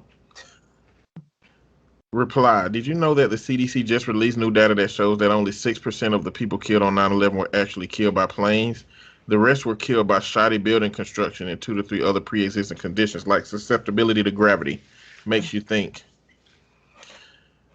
September 11th coming by, man. People fucking. Let me just say this about COVID real quick, because I in my aging have learned to pick my battles. Okay, especially in situations like workplace. And it is so hard when I work in a hospital with mental health professionals and medical professionals. And I hear simple ass people saying, well, I think they're just, they're inflating the numbers so that they'll scare us into. It's like, Into what? I guess scare us into. They don't have an answer. They don't No, have they an don't. answer. They just say that shit emptily. They say that shit and don't have nothing the fuck behind it. What the fucking purpose is? What is the purpose? What are they trying to scare us? I heard people say they're trying to keep us in our house for fucking what?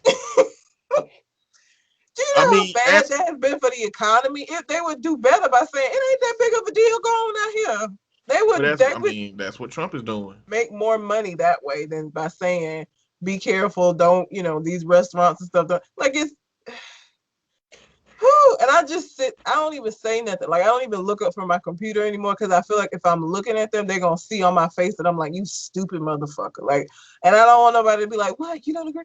I just completely ignore it.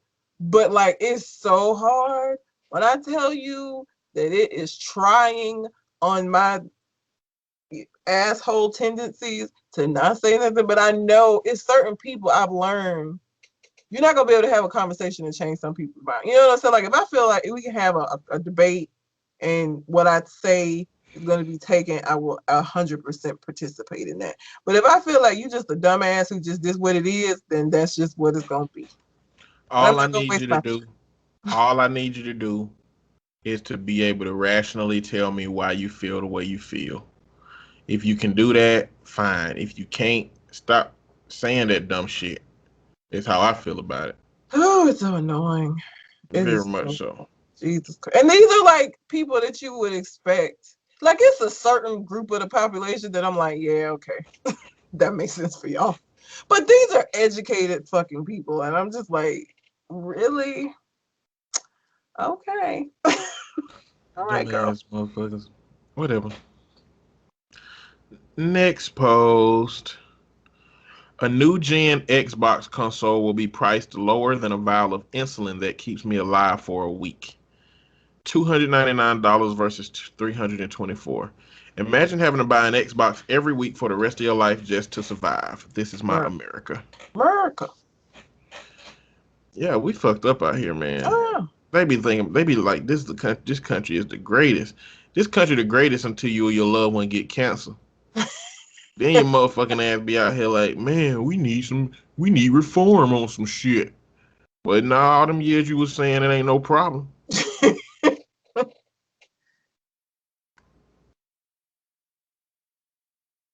Fuck boys. Next, niggas don't pull hair anymore. Response. Shit, y'all keep cutting it off. Nigga gotta slap the back of your head with green alcohol now. I really hate people. Yeah, it's ridiculous. But it's what I got. Let me see. Men get their hair cut and suddenly they got 20 errands to run. Get your ass back in the house, whore. Just want to be seen. There's power in the haircut. I guess. Chance the Rapper. Not to diss anybody's beliefs at all, but I don't fuck with no witchcraft or Ouija board type stuff. Response. Jesus was a zombie, but you still fuck with him.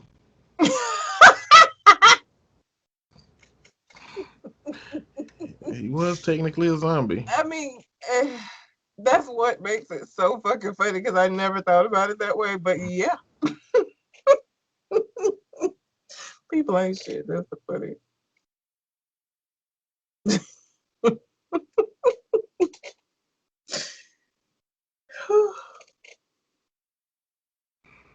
R. Kelly would annihilate anybody they put in the verses with him. Response: He didn't win versus the state of Illinois.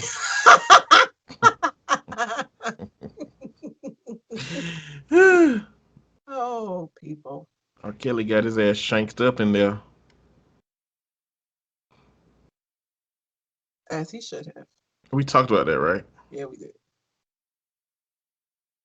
Shanked up. You know, Carol Baskin is gonna be on Dancing with the Stars, Yeah. and her first song is supposed to be "Eye of the Tiger." How? Okay. So, how is she gonna dance to that? I don't know. That's I not don't really care. one of them songs that you think of when you think of a duet, or not a duet. What is it called when it's the two people dancing? Not a duet. Mm-hmm. I don't know. Anyway, that ain't a song I think of for choreographed dance.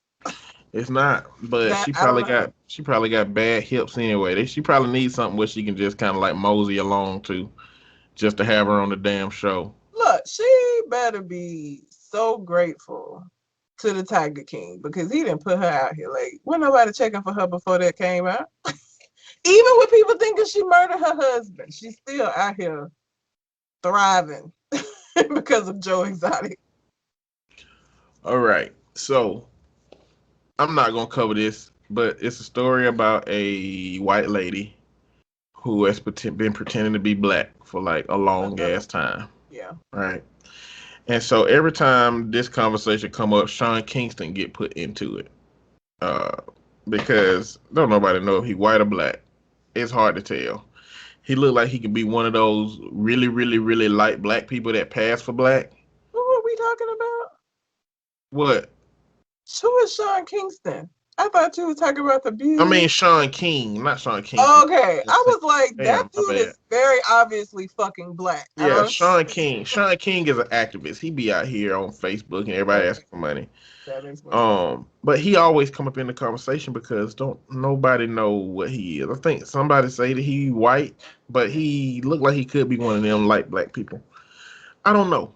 But if he was like a model activist, then I don't think people would question it as much. But like not knowing what he doing with his money and everything and yada yada yada that he asked for, people be always talking shit about him. So this is a list of names that people have for Sean King. If y'all hadn't heard a lot of these names, Shamrock Obama, Pale Sharpton, Martin Luther Cream, Oh, Caucus Garvey, W.E.B. the Blonde, Rose Parks, Hewlett P. Newton, Lames Baldwin, Shaka Khan, C-O-N, Tupac Sugar, Pale Revere, Thurgood Marshall, Crooker T. Washington, Chalkers Harvey, Most Theft, Alexander Scamilton, Albino Sharpton, Talcum X, Scammy Lou Hamer, Thurgood Marshmallow, Fraud King, Sean Dolezal, Snow J. Simpson, Cream Abdul-Jabbar, Forrest Whitaker, W.E.B. the Fraud, and transracial civil rights activists. I really hate people. It's The fucked up. creativity. If he's black, it's colorism. That's the reality. If he's white, okay, all this shit, good, funny jokes. If he is actually black, like if he tomorrow came out and but like, boom, here go my birth certificate. My daddy's name is Tyrone Jones. Look at him. Look him up. And he's black, half black, and just really light. This shit colorism like a motherfucker. Like we we ain't giving him no fucking chance to survive this shit. Next post. I knew I wasn't a follower when 63 million people chased the Popeyes chicken sandwich that I have yet to taste. Did you ever have the chicken sandwich? No. I mean, I wasn't a follower, but shit. If a motherfucker tell me that there's some fucking good shit somewhere, I'm gonna go try it. Does that make you a follower? I mean, I no. It just means Yeah. you want to try a fucking chicken sandwich. People do shit. Like, motherfuckers be wanting fucking cookie points for regular shit. Just say I didn't get a chance to get the sandwich. I didn't want it. I wasn't interested. Just say that shit. Like, why you got to classify 63 million other motherfuckers as followers? Like, you got to feel like you on some kind of pedestal. You ain't shit. Okay, so I went to his Wikipedia. Have you ever read his Wikipedia? Uh-uh. So this is what it says.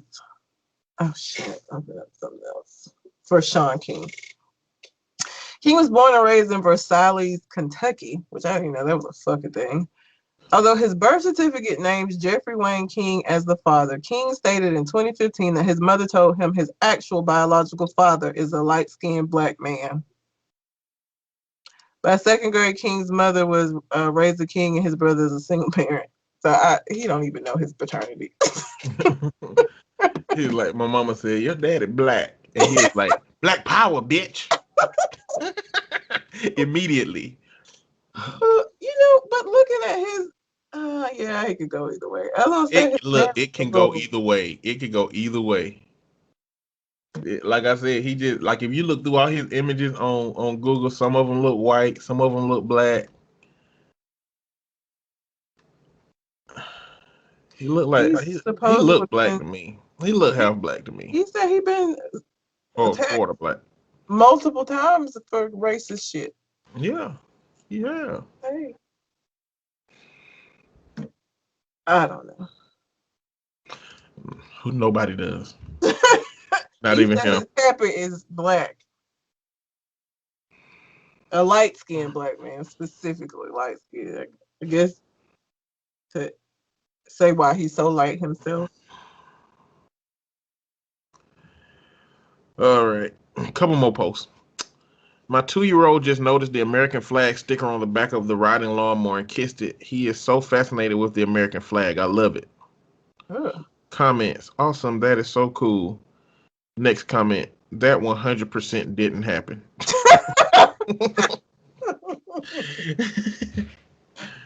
Your fucking 2 year. Why your 2-year-old? What would your 2-year-old? Why is your 2-year-old behind the fucking on the back of the lawn riding lawnmower? Is he riding it or can he reach it? If he too, he can't reach that shit on the back. Like I don't understand. Flag and he doesn't know what any. What are you talking about? Yeah, he don't know shit. Your camera froze. Fuck him. Fuck that little 2-year-old. I don't know if I would go that far, but like the parents is absolutely lying. Yeah. If they gonna raise a kid that's gonna turn 18 and do something, I'm gonna be like, fuck them. So I'm just gonna get out of the way. Fuck that little 2-year-old. One more viral post.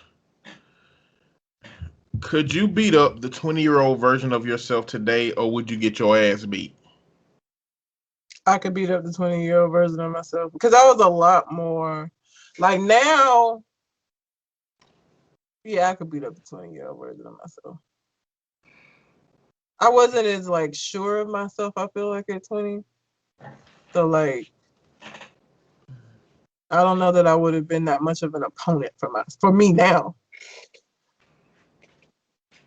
And I'm bigger now. Like I weigh way more now than I did at 20. And I was little. I was tiny at 20. You know, the 20-year-old version of me and the current version of me wouldn't even fight each other. No, they would not. Yeah, we won't fight each other. But if somebody put a gun to both of our heads somehow, like I guess we have to be in some kind of time portal dimension where they don't pull the old version of me and me currently into this place and put a gun in my head or threaten my existence and said y'all gotta fight. Then I'll fight. Then I probably come out on top right now because I don't watched all my action shows. I wasn't watching action series back then. You know what I'm saying? I done seen goddamn Human Target. I done seen Person of Interest. I done seen what's that movie with Michael Weston. That show. Burn Notice. I done seen Burn Notice. I seen all these shows with fighting shit in it, bro. I know I done picked something up. I know, but 20-year-old me ain't did none of that shit. So I feel like I come out on top of that situation. But that's viral post. All right. Um, we ain't gonna cover that many stories this week. Just a little bit of something. What you got, Red? Will Smith and Janet Herbert. I never know how to say her name. The dark skin on Viv.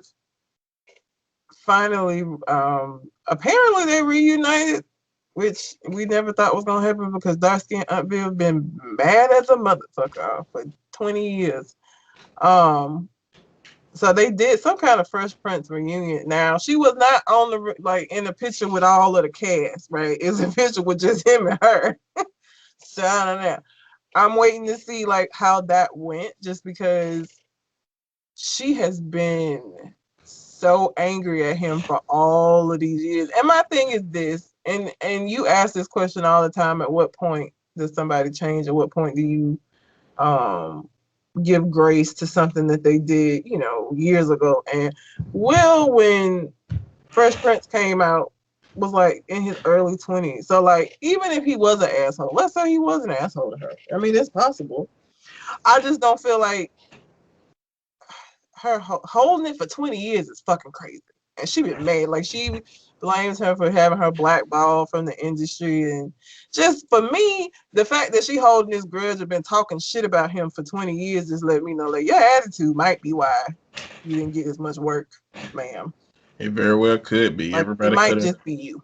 Everybody could have heard about like how that whole show thing went, you know. But I mean, and like Will Smith been in this good space, what it seemed like he's in a good space for some time. So I feel like if he was the only hang up, that he would have been reached out to try to fix this situation. I mean, that's just my perception about Will Smith right now. Well, she had said long ago that she was never going to reconcile with him because she didn't think he would ever apologize and be sincere. Like, she was the one that wasn't willing to bury the hatchet, which again lets me know it might have been you might have just had an attitude. like, Yeah, like you might have might been just you. been hard to work with, Have and you that may be why you didn't get work. have you seen the trailer? That it was like a fan trailer for a show called Bel Air. It was Like supposed to be a it's a dramatic version of it. Yeah, yeah. They picked they picked that up for yeah, I two heard. seasons.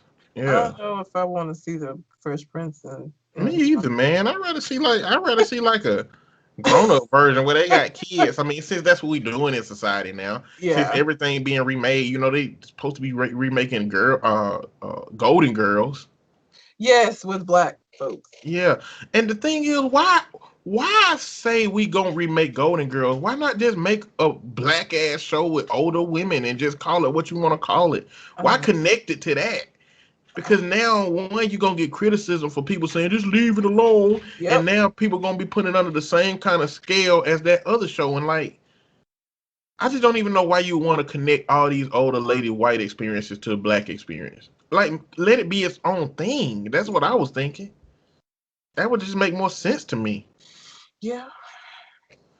You know, Um. but it Mm, is what it but is. hopefully, America. you know, they'll be good now. I mean, I guess it don't really matter if they're good or not at this point, because his career has flourished ever since that fucking show. Like, Yeah. I don't Yeah, know. I guess she been sitting at home waiting for her royalty checks to come in like crack. And I For the, hate it. I hate it because she was the better Aunt Viv. She totally was. Like, and it ain't even a dark skin, light skin thing. Like, Janet Herbert, however you say her name, she just got a presence about herself. Like, she just got like this commanding presence that the other Aunt Viv, she just didn't fucking have it. but She didn't have it. they found an Aunt Viv that fit what they needed. That's why they got rid of her. They realized what kind of problem a person that not only had that kind of presence but believed that they had that kind of presence was going to represent. So her presence was the reason that they found an Aunt Viv. They probably told her in the very beginning, listen, don't expect no goddamn lines. Don't expect no episodes based around you. I know you done seen Janet Herbert episode where she was dancing and shit. You ain't doing that. You ain't finna be no lawyer. You ain't educated. You ain't finna do nothing but have little Nicky and make jokes around goddamn Uncle Phil. That's all you finna fucking do. Nothing else. And she was like, how much is it? She getting paid. But I So mean, that's what happened. It Alicia is Shaw as Claire Huxtable had the same presence, and she was the whole goddamn show. Like they ain't never replaced her ass, and she had the same presence. Like she just had a presence about herself, and when but she spoke, we know that Janet Hubert had a problem with her role in the show, and yeah, we know that she had a problem with Will Smith being not being a formally trained actor. yeah, Everybody else on that show was a fucking formally trained actor, and they brought Will Smith rapping ass in there and giving him all this screen time, and she was the only one that could handle it. I mean, Jeffrey even did a podcast where he came out and was like, he told her, chill out, chill the fuck out. He said, I'd never speak bad about her, but he had to tell her one time, look, this is Will's show. Like that's what it is. So for him to say that he said that means that she was trying to assert herself into the situation. We don't know that Claire ever did that. Claire looked like she might have been fine with the shit. Bruh, I don't like Claire in nothing. I don't like her in nothing. Felicia Rashad, I don't like her in shit she done after the Cosby. really. No, Well, she I'm trying always to play think. somebody fucking evil or crazy or some True, shit. true. I was just thinking about. Yeah, I haven't seen her in anything else. Like she had this like in the Cosby Show, she had this like magical charm about her. She did. It's just her facial expression and shit. Maybe she just didn't age right for her facial expression to look good. She just looked like an old mean black lady now. Back then, she just looked like a good, just uh, a good. I don't want to say. She just didn't have the look. Her facial expressions meant something back then. I mean, she would get mean and act like one of my favorite episodes is when she got Evan. What's his name? The hood? Elvin. Elvin together for being like, oh, you gonna go get us some coffee? And when she got on to Vanessa, when Vanessa snuck out of the house and went and saw the wretched. I mean, I like that about her too. You know what I'm saying? But now it's like she can't turn it on or off. It's like her facial expression used to look like, ooh, she was into Bill Cosby. She finna go give him the biz. Now she just look like she mad at everybody all the time. and think it the don't help last that she thing I played in saw that her Tyler in, Perry movie. yeah, I was finna say the last thing I saw her in was that fucking Fall from Grace movie where she was fucking up with old people. So Fucking Social Security fraud. Tyler Perry could come up with nothing better for a villain in the movie oh, that goddamn than movie Social is the Security worst. fraud. It's the worst. Um, so yeah, so I don't think we even know that they had any issues. So yeah, I think that there are plenty of actresses that can maintain the balance between I can show myself as a dominating character in this show, but also not overstep the main character of the show. You Yeah, know, and it don't help that Bill Cosby kind of played himself as the lesser in every yeah, respect. He true. was the lesser parent. He was the lesser professional. He was just silly. So she had reign to actually kind of be that dominating figure without Bill Cosby being like, "You doing too much, bitch. Better chill before I get some of these goddamn quaaludes."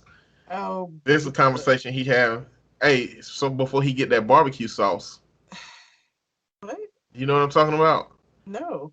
Man, it's a clip where bruh, you gotta see it. It's slowed down, but it's Bill Cosby talking about this barbecue sauce that he made, and everybody's in the back eating barbecue, and Claire and him are talking, and she was like, everybody is so happy, and he was like, it's my barbecue sauce.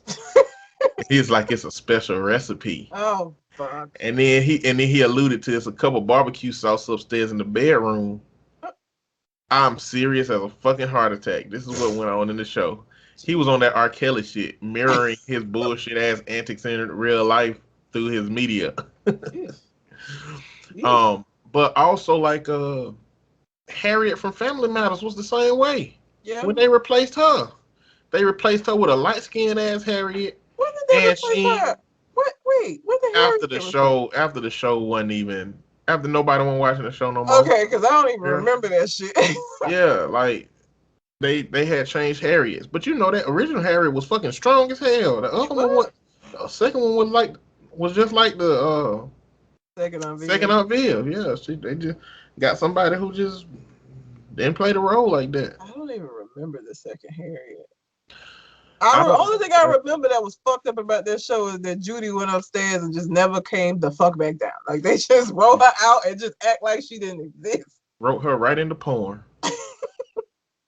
She had her big break and they couldn't even use her no more. You know, Family Matters was supposed to be like a, a Cosby show with a police officer. That's what it was supposed to be until Steve Urkel came in and fucked the show up. He didn't fuck this show. People just like that character. No, he made the show better, but he fucked up what the original idea Oh, of the yeah. show was. Like, Because yeah. he was never meant to be a main character like he became. Oh, he was just the neighbor, and then the reviews for that show was so high. They was like, let's bring this damn kid back. And Key and Peele got a skit with Steve Urkel, where Carl Winslow is basically going to the studio guy and telling him that he just telling him all this crazy stuff that Steve did. He was like, Steve turned me into a big container of barbecue sauce, and the whole episode didn't even have me in it until the end. Like, I'm just making shit up, but he was just saying all this crazy shit that Steve was doing with his projects around Carl. And the producer was basically like, look, man, we don't control shit. And he pulled a gun out and shot himself in the head. It's a dark skit. And then Jaleel White came into the room. He came into the room, and Carl Winslow grabbed the gun that the dude had. He said, stay back. And he was like, I'll shoot. And he was like, Steve Urkel was saying, all you had to do was take the money, Carl. That's all you had to do. And then he put his hand up and started controlling the gun that Carl had in his hand. And he was like shaking and putting the gun up to his head. And he was like, please, I'll keep doing it. I'll do it, please. And then he made him drop the gun, and then he walked out. Oh, my God. It was funny as fuck. It was funny as fuck. Anyway, but yeah, they changed. It's a lot of shit that they changed, but it seems like First Night Viv, Janet Hilbert was just on some other shit. Yeah. And they got rid of her ass because she was on some other shit. But that's good. I like to see the picture that we saw of that. Yeah. I don't know what I want to talk about because I'm just gonna hit one story and then get the fuck out. Oh, shit! Colin sent us something. God damn it! Let me see what.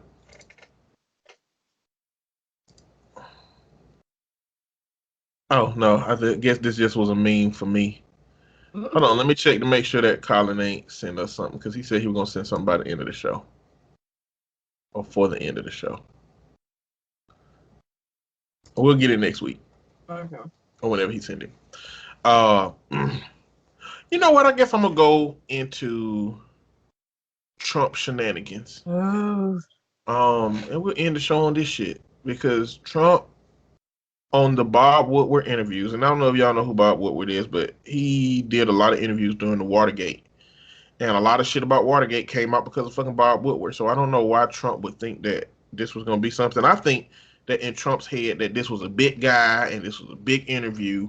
And, you know, I don't know why he would say the shit he said. But anyway, he pretty much talked about coronavirus and acknowledged how serious it was and acknowledged how dangerous it was for China and how tough it was going to be because it's airborne instead of by touch.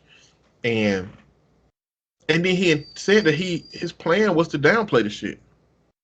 His plan was to downplay all of it. That's Obi. Oh. His plan was to downplay the virus. And now I don't know why he would say all of this stuff on the record to somebody that's gonna put this shit in a book.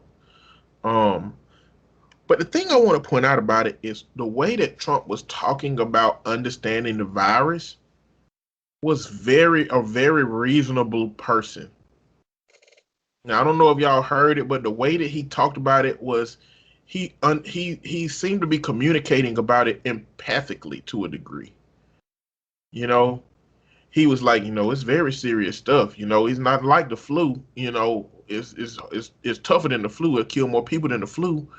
and he said that China's having a really tough time with it, and it's a really tough. He was talking about it like you would want a leader to talk about it. The only issue is that once the leaders talk about it like that, you want them to take actions that represent fixing that problem. Yeah. But Trump didn't do that. Trump fucking went out to his people and said that it's a Democratic hoax right after that shit, and now has the audacity to be calling Bob Woodward and saying there was nothing else we could do. We did the best thing we could do. We started like he is literally saying the shit that he didn't do and hoping that people believe it after he said it enough times. And that shit is I just wanted to say this. I don't fucking understand America and how we let this shit get this bad. And how we let this motherfucker get how he is. But I want to go home. I don't know what the fuck home is, but this ain't it. This ain't it. Don't like it. But that's all. I ain't really want to elaborate on it too much. Y'all gonna have to suffice off of the Reddit letters and the viral posts. And these two, well, the one good news story and this garbage ass news story. But you got anything else on your mind? All right. Well, until we come to the next conversation. Yeah. Holla.